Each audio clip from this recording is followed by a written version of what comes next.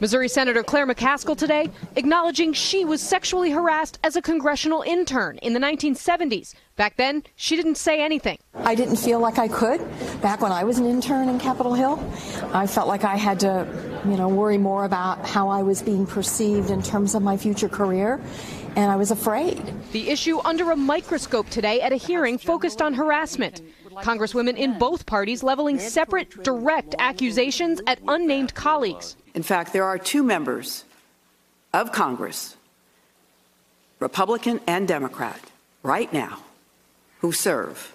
This member asked a staffer to bring them over some materials to their residence and was greeted with a member in a towel. It was a male, who then invited her in. At that point, he decided to expose himself. The newspaper Roll Call surveyed Capitol Hill staffers last July and found 40% of women said sexual harassment on the Hill is a problem.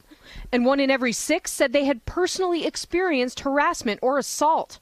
Only 1 in 10 said they knew where to go for help. Former Hill staffer Travis Moore started circulating a letter demanding change after a friend told him her story of harassment. The processes in place in Congress are incredibly archaic, and whether intentional or not, they discourage victims from coming forward with their stories. Complaints go to the Office of Compliance, which requires a 30-day cooling off period before women can file suit. The system we have in place is not working. For McCaskill, change has been 3 decades coming. Hopefully it will put everybody on notice that they're no longer going to be able to prey on people.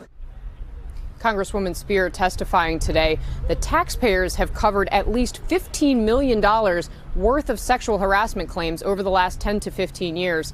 And tonight, House Speaker Paul Ryan mandating sexual harassment training for all members and staff. Hey, NBC News fans, thanks for checking out our YouTube channel. Subscribe by clicking on that button down here and click on any of the videos over here to watch the latest interviews, show highlights, and digital exclusives. Thanks for watching.